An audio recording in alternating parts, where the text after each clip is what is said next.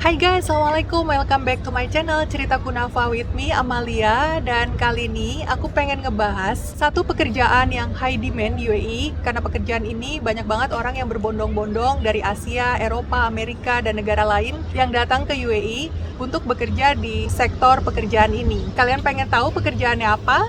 Ikutin aku terus, jangan di skip-skip. Dan yang belum subscribe, jangan lupa subscribe supaya aku makin semangat bikin kontennya ya guys.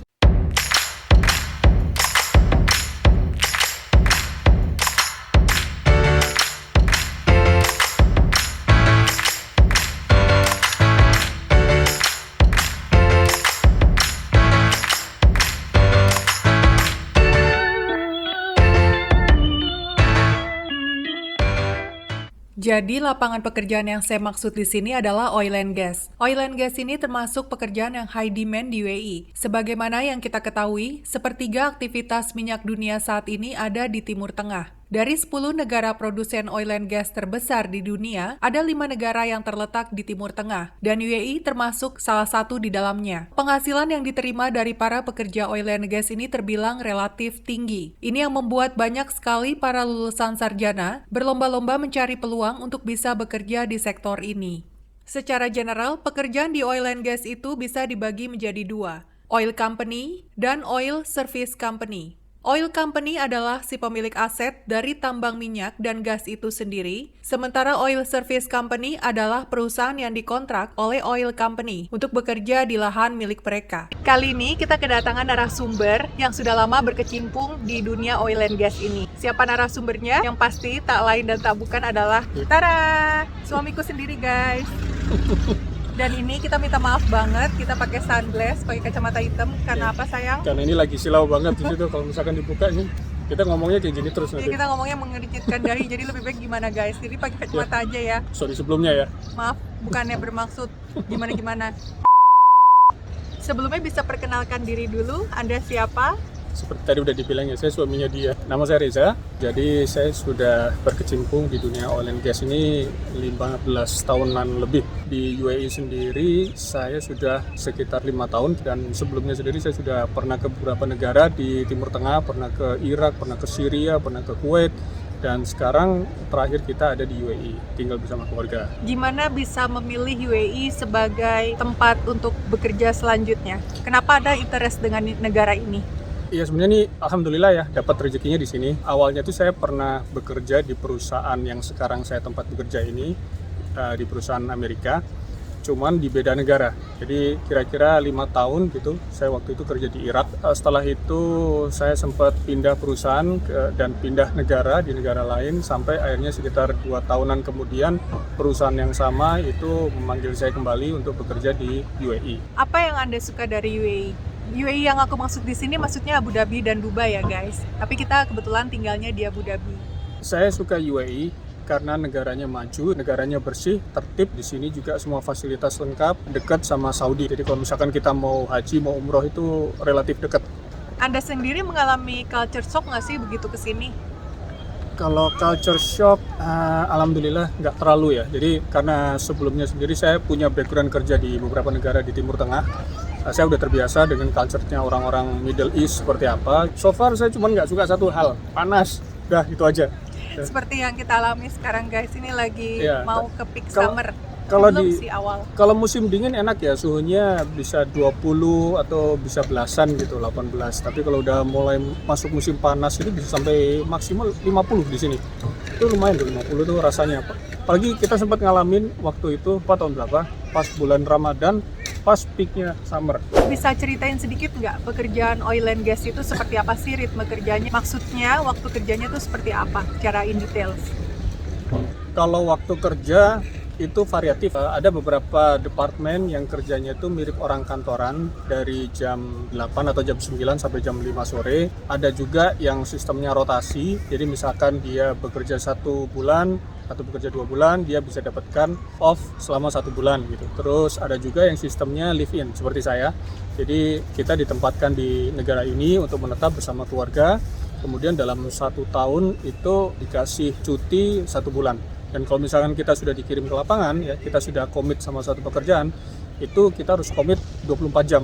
Jadi mau dibangunin tengah malam karena alasan pekerjaan, kita harus bangun. Jadi mirip-mirip militer dong ya kerjanya. Disiplinnya iya, stresnya iya. Terus sebenarnya yang dominan di pekerjaan ini adalah masalah pressure dari pekerjaan itu ya. Pressure yang saya maksud di sini pressure mental, terutama pressure mental dan pressure fisik juga. Karena kita tuh fisiknya harus terus fit, dan kenyataannya sih saya punya 3 orang teman ex militer, ada yang dari Indonesia, ada yang dari Timur Tengah, ada yang dari Amerika. Itu dia bekerja di dunia oil and gas hanya 1 tahun 2 tahun, akhirnya mereka memutuskan untuk give up. Alasannya karena nggak tahan sama pressernya. Intinya memang di sini mentalnya harus tough ya. Kalau kata Pak Renal Kasali, ini bukan buat generasi strawberry ini. Halo Pak Renal. Siapa aja yang bisa bekerja di bidang oil and gas? Oke, jadi oil and gas ini adalah industri yang mempekerjakan lapangan usaha yang paling luas ketimbang industri yang lain. Saya belum bisa menemukan industri lain yang bisa mempekerjakan orang itu seluas oil and gas. Karena di sini sekalipun primadonanya tetap engineering, di sini tetap ada orang-orang akuntan, ada orang ekonom, ada manajemen bisnis, bahkan yang non profesional itu ada driver sampai level welder ya, tukang las itu kita punya, medik juga kita punya. Pada dasarnya memang ini cakupannya sangat luas. Even untuk masalah usia juga. Selama ini orang paling muda yang pernah saya kenal kerja di oil and gas itu umurnya 21 tahun. Yang paling tua ada 60 sekian tahun masih bisa bekerja. Apakah di bidang oil and gas ini butuh pendidikan yang tinggi? Untuk level-level tertentu, terutama engineering, memang biasanya dibutuhkan akademis yang tinggi ya. Minimal S1 dibutuhkan adalah orang yang sudah punya experience. Itu untuk level-level engineering. Tapi untuk level lainnya, bahkan lulusan SMA, lulusan SMK itu bisa bekerja di sini. Cuman levelnya mungkin memang beda. Berarti masih memungkinkan ya untuk yang cuma tamatan SMA untuk apply ke oil and gas? Ya, kalau ditanya memungkinkan, jawabannya memungkinkan. Cuman memang divisinya mungkin beda. Nah, gimana kalau yang belum punya pengalaman sama sekali, belum punya pengalaman kerja? Apakah masih bisa bekerja di bidang oil and gas ini? Ya, ini pertanyaan yang bagus. Yang saya perhatikan, orang-orang yang diterima kerja di dunia oil and gas itu rata-rata karena satu, dia punya pengalaman yang tinggi. Ada alasan kenapa sih UAE sendiri kan punya orang lokal ya, kenapa kok aku harus meng-hire expat, itu pasti ada nilai lebihnya, dan nilai lebihnya itu biasanya dilihat dari experience-nya sudah tinggi, terutama kalau misalkan dia punya background pernah kerja di perusahaan-perusahaan yang punya nama di mancanegara, itu biasanya kemungkinan untuk di-hire relatif tinggi. Masih ada satu lagi kemungkinan kenapa seseorang bisa di-hire, itu biasanya karena dia punya pengalaman bekerja dengan level yang sama dan dia sudah berdomisili di negara ini, itu kemungkinan untuk di-hire juga tinggi. Gajinya sendiri seperti apa? Apakah besar atau kecil atau sedang-sedang saja? Kalau gaji, alhamdulillah cukup lah ya. Memang kalau dibandingkan dengan pekerjaan yang lain gitu, ini memang relatif lebih besar. Untuk pekerjaan yang sama dibandingkan dengan negara lain, ini memang relatif lebih besar. Dan seperti yang tadi dibilang sama istri saya waktu pembukaan, kenapa sih banyak orang berbondong-bondong pengennya kerja di ini dan kenapa harus di negara ini, itu salah satu alasannya selain gaji yang tinggi adalah di sini nggak ada income tax gitu. Jadi orang yang kerja dengan gaji katakanlah 100 juta tapi income tax-nya 50% dibandingkan dengan orang yang kerja dengan gaji yang sama tapi nggak dapat income tax, itu kan rasanya jauh lebih besar yang nggak punya income tax gitu. UAE tidak menerapkan income tax untuk expat dan untuk orang lokal. Di sini expat itu welcome nggak sih? Gimana dengan penduduk lokalnya? Kalau dengan penduduk lokal, menurut saya orang UAE ini termasuk yang paling ramah ya di antara Middle East. Mungkin ada teman-teman dari negara lain yang udah pernah ngerasain negara lain, mungkin bisa koreksi saya kalau saya salah. Cuman di sini orangnya sangat amat ramah dan sangat amat welcome. Kita menyebutnya Emirati, guys. Ya, kita nyebutnya Emirati gitu. Dan mereka asik kok orangnya. Dengar-dengar di UAE ini lebih mengutamakan yang berkebangsaan lokal. Apakah di oil and gas sendiri gitu? Lebih diutamakan adalah orang lokal dibanding ekspat untuk bekerja di situ?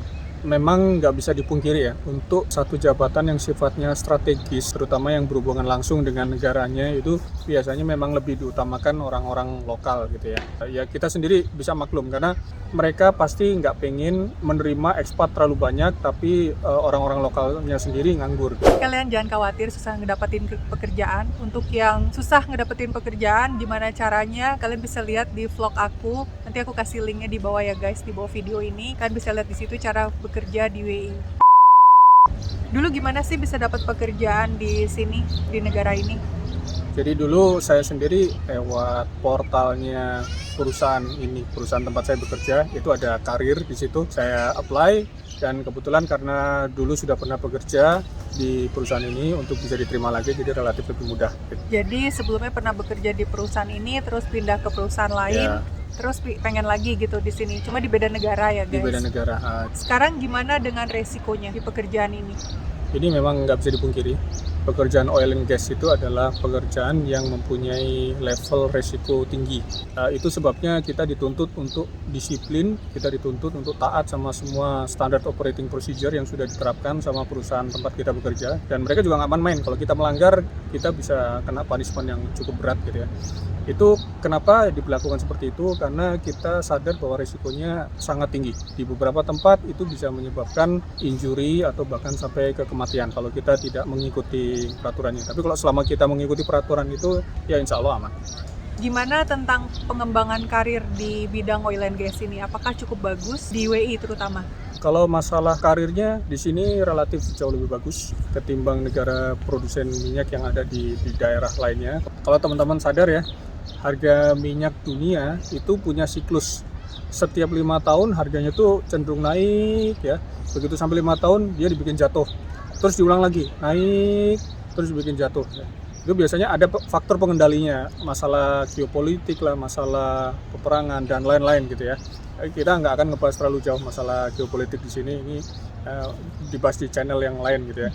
Kita punya channel Karena yang kita lain tidak ya? membahas tentang politik guys, kita Iya. netral. Oke, anyway, berat soalnya bahas politik. Kembali ke topiknya. Jadi kalau teman-teman perhatiin yang pada saat harga minyak itu naik gitu, disitulah biasanya terjadi rekrutmen besar-besaran gitu. Dan sekarang ini tahun 2022 ya, di video ini dibuat tahun 2022, itu lagi ada rekrutmen besar-besaran di sektor oil and gas. Ini kesempatan terbaik kita sebenarnya kalau mau ngelamar pekerjaan di oil and gas. Terus kerja di sini apakah membutuhkan rekomendasi dari teman atau keluarga atau bisa melamar sendiri? Ya, jawabannya iya dan tidak ya. Kalau kalian punya teman yang sudah bekerja di sektor tertentu, departemen tertentu di oil and gas gitu, dan kalian sendiri juga berasal dari sektor yang sama, kalian bisa minta rekomendasi teman kalian itu. Tanya apakah ada lowongan di sana, kalian bisa apply. Terus kalau misalkan nanti ada interview, bisa sampaikan pada teman kalian bahwa ini adalah rekomendasi dari si A gitu. Jadi si A sendiri juga bisa ngasih review Anda itu orangnya seperti apa. Itu yang dengan jalur rekomendasi. Tapi kalau misalkan nggak punya kenalan seperti itu, apply seperti saya lewat website langsung ya, itu tanpa rekomendasi, itu juga bisa. Jadi banyak caranya. Kalau mau tahu cara detailnya bisa ngeliat video tentang apa tadi? Cara mendapatkan kerja di UAE. Situ lengkap banget guys, aku bahasnya. Itu di situ juga bisa ditempuh dengan cara-cara itu. Ada nggak sih perempuan yang bekerja di bidang oil and gas ini? Itu salah satu pertanyaan yang bagus. Memang di sini perempuan ada yang bekerja baik di kantor maupun di lapangan, tapi di beberapa negara, di beberapa tempat perempuan dilarang. Jadi contohnya di UAE untuk kawasan offshore itu wanita nggak boleh bekerja. Tapi kalau untuk di darat, di onshore ataupun di kantor itu nggak ada masalah. Jadi intinya perempuan boleh bekerja di bidang oil and gas, tapi untuk di beberapa lokasi tertentu. Ya, ini tapi nggak semuanya ya. Maksudnya di negara lain itu setahu saya kalau di Amerika nggak ada masalah. Wanita ke offshore atau lainnya nggak ada masalah gitu. Cuman di negara ini aja. Mungkin di negara Timur Tengah yang lain juga peraturannya kurang lebih sama. Sebenarnya bukan masalah guys, tapi karena perempuan itu pengen dilindungi gitu. Karena kan di sini mayoritas di bidang oil and gas ini pekerjanya adalah laki-laki gitu. Jadi kalau di lapangan kan nginep tuh. Jadi biar untuk melindungi si wanitanya ini sendiri ya. Bisa jelasin lebih detail nggak step-stepnya dari pertama ngelamar di sini sampai diterima kemudian datang ke UAE ini dan mulai bekerja? Ya dulu jadi yang pertama saya ngeliat itu job vacancy-nya di internet, di portalnya perusahaan tempat saya bekerja sekarang. Terus saya melamar secara online. Setelah itu kira-kira sebulanan kemudian saya dapat telepon dari HR. Dia menanyakan apakah kamu tertarik untuk bekerja bersama kita gitu. Kalau misalkan iya, dia akan ada interview gitu. Nah, terus saya dapat interview. Waktu itu saya masih ada di Kuwait, saya di interview by phone, ada sekitar 5 atau 6 orang waktu itu yang interview saya gitu. Iya, Skype ya? Waktu itu saya via telepon, jadi ada sekitar 5 atau 6 orang yang tanya. Jadi saya masih ingat salah satu yang interview saya itu adalah manajer saya sendiri, sekarang orangnya kebetulan udah resign, gitu aja. Jadi ada dua kali interview, begitu 2 kali interview mereka sudah satisfied, udah puas, akhirnya dapat panggilan kerja, terus saya resign dari perusahaan saya yang lama, akhirnya saya ngurus visa di sini. Kita datang sebagai turis dan kebetulan waktu itu mungkin karena masih baru pertama kali datang ya masih agak-agak bingung sama peraturan sini gimana. Biar amannya istri saya kembali dulu ke Indonesia. Saya dapat visa dulu, akhirnya dengan visa itu saya mengundang istri untuk datang sini dan tinggal bersama. Jadi intinya boleh ya bawa keluarga untuk tinggal di UAE ini? Kalau mengikuti peraturan pemerintah ada standarnya, standar gaji minimum berapa kita diperbolehkan untuk mengajak keluarga ke sini. Gitu. Dan ya nggak bisa dipungkiri di sini kan biaya hidup lumayan tinggi juga ya. Jadi sekalipun diperbolehkan kita juga harus pintar itu kalkulasinya gimana supaya ya keluarga kita nggak merana hidupnya di sini. Kalau kerja di oil and gas kita ada perbedaan kontrak. Ada kontrak live-in, ada kontrak rotasi. Apa bedanya? Kontrak live-in itu adalah kita diminta untuk tinggal di negara ini ya. Punya tempat tinggal di sini, kita bekerja di sini selama 1 tahun, kita dikasih libur cuma 1 bulan. Kalau kontrak yang rotasi itu berarti kita ada komparasinya. Katakanlah sekarang kontrak rotasi yang paling umum adalah 21 ya, 2 bulan 1 bulan. Jadi 2 bulan kita bekerja di UAE, 1 bulan kita boleh balik ke Indonesia untuk liburan gitu. Nanti setelah sebulan habis kita harus balik lagi dan kerjanya 2 bulan dan gitu terus. Itu namanya kontrak rotasi. Gitu ya. Menarik juga. Udah nggak silau? Udah ngasih silau guys. Ya. Jadi kita nggak mau pakai kacamata nanti dibilang sombong. Beneran ini panas banget tadi suhunya. Ya. Kita udah mau masuk summer. Ya jadi intinya seperti itu. Kesukaran apa yang Anda alami selama bekerja di oil and gas ini? Masalah waktu terutama yang buat saya paling berat ya, karena ada kalanya kalau kita sudah komit sama satu pekerjaan, kita tuh dituntut untuk komit 100%. Selama pekerjaan itu belum selesai, kita harus standby kapanpun ada masalah dengan perusahaan itu kita harus selesaikan gitu. Sementara ya kita di sini kan tinggal sama keluarga gitu. Karena kalau waktunya terus kepake buat bekerja ya lama-lama nggak ada waktu buat keluarga juga. Memang ini harus pintar-pintar ini gimana kita adjust timingnya. Iya, karena liburnya hampir dibilang nggak ada. Ya Aku gitu. ditinggal terus guys. Nasib seorang istri yang bekerja di bidang oil and gas. Ya, ini memang mentalnya harus tough. Harus Ya. tough. Mentalnya harus tough. Kalau memang masih kangen keluarga, pengen pulang ke Indonesia gitu, kayaknya agak berat gitu untuk kerja seperti ini. Saya nggak nanya kenapa istrinya bisa. Kenapa kamu kuat? Ya, karena dulu kerjaanku juga di lapangan. Ya ceritanya dia dulu orang lapangan juga. Jadi aku tahu gimana susahnya bekerja di lapangan dan gimana bahkan bisa bergadang sampai 5 hari ya. Ya, Paling itu lama ya? so far ya rekor aku 5 hari nggak tidur ya. 5 hari nggak tidur, udahannya matanya bengkak. Nih hasilnya guys. Jadi kenapa mata suamiku kayak mata panda, begitulah. Iya. Pengorbanan seorang suami yang menafkahi keluarganya. Jika seseorang memutuskan bekerja di bidang oil and gas di Abu Dhabi atau di Dubai, gimana masa depannya? Ya sebenarnya itu peluangnya sangat bagus karena di sini tuh gudangnya oil company dan oil service company. Jadi kalau misalkan dia katakanlah kena termination atau dia memutuskan untuk berhenti dari satu perusahaan, dia punya banyak sekali peluang untuk bekerja di perusahaan-perusahaan lainnya, dan itu relatif lebih mudah bagi dia untuk melamar di perusahaan yang lainnya kalau dia domisilinya sudah ada di negara ini. Waktu itu ada yang nanyain, kalau ada seseorang baru lulus dari engineering, fresh graduate gitu, gimana peluang kerja di UAE? Apa dia bisa langsung melamar pekerjaan di UAE atau harus di negaranya dulu bekerja? Ya, sebenarnya kalau ditanya bisa melamar, itu jawabannya sih bisa ya. Peluang tetap ada gitu.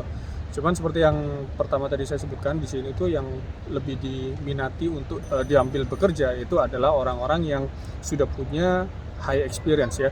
Saya lihat di sini high experience itu lebih diprioritaskan ketimbang academic background. Jadi academic background tetap dilihat, terutama di level engineering, tapi yang nomor satunya itu adalah high experience gitu. Kalau dia sudah punya pengalaman yang tinggi, ditunjang dengan akademik yang bagus juga, itu dia akan dihargai mahal di sini. Punya nilai lebih. Punya nilai lebih gitu. Dan ya sebenarnya nggak bisa dipungkiri juga, asal negara itu juga menentukan seberapa besar gaji kita. Itu kalau dulu sih pernah ada HR yang bilang bahwa sebenarnya yang menentukan itu bukan warna kulitnya ya, tapi lebih ke arah kebutuhan hidup seseorang di negara itu berapa. Jadi contohnya si A, dia dari Kanada, terus ada si B, ya katakanlah misalkan dari Indonesia gitu ya. Dua-duanya punya level akademik yang sama dan pengalaman bekerja yang sama. Orang yang berasal dari Kanada itu relatif lebih dikasih gaji yang tinggi ketimbang dari Indonesia.